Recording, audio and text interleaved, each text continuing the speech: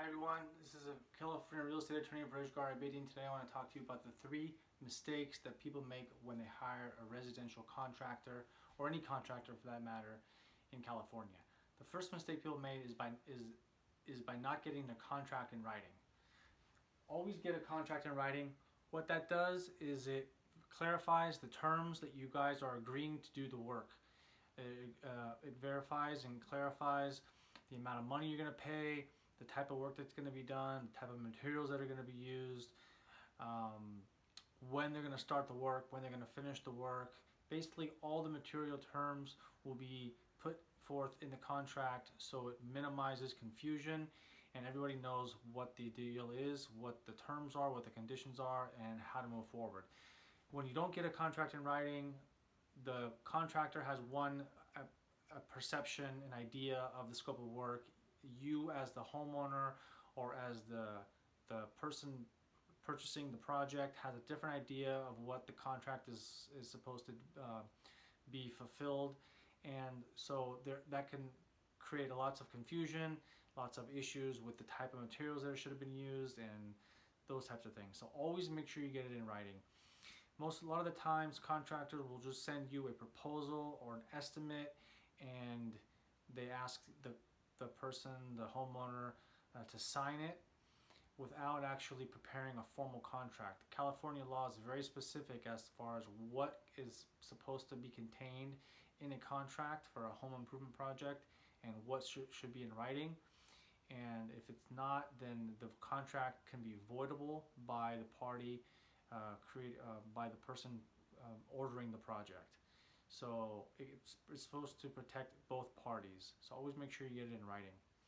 The second mistake people make is by paying more than 10% or $1,000 for a down payment. So in California law, it says that a contractor cannot get paid more than $1,000 for a down payment or 10%, whichever is less. So if the 10% of the contract is less than $1,000, then they can't take more than $1,000 in any event.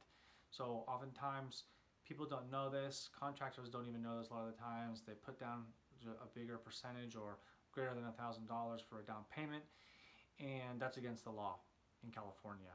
So never pay more than $1,000 for a down payment, and always make sure that the contract doesn't start until you have the payment terms set out in writing, and always put forth a specific time frame for when the work is going to be completed and when the payments will be made. And always make sure that you make the payment after the work is done, after the work is satisfactorily done, and that you're happy with the work and there's no more issues regarding the quality of the work and the scope of that work that was supposed to be done before a payment is made. Make sure you always put down that payment will be made within a certain amount of time, certain amount of days after that specific stage of work is completed.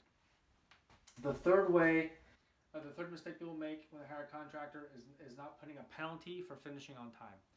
This is very important because oftentimes when a contract is stated that it should be finished at a certain time and it's not finished on a certain time, there's no consequence for it, and the contract just languishes on. The contractor skips out and he starts working on other projects, and nobody knows when the work's going to get done.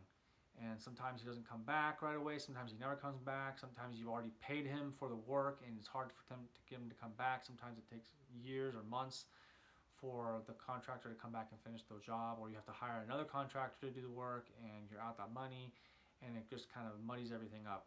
So when you put a specific penalty, like a per day charge for every day that the contractor does not complete the work after the time in the contract, the expiration date, then that will act as an incentive and it will spur the contractor to take action and make sure he's done on time. Otherwise, he will be incurring a penalty, a per day penalty, or some sort of a fixed penalty you guys come to agreement on in the contract, where his amount of compensation is lessened by every day or every week that goes by without him finishing the contract, or without him actually finalizing the contract or getting the final permit approved by the city or the municipality that's in charge. So those are three big mistakes that people make Make sure that you always follow these rules to protect yourself and to make sure that everything is set out properly to effectuate your interest and your intent on the project that you're working on. Thanks for watching. We'll see you in the next video.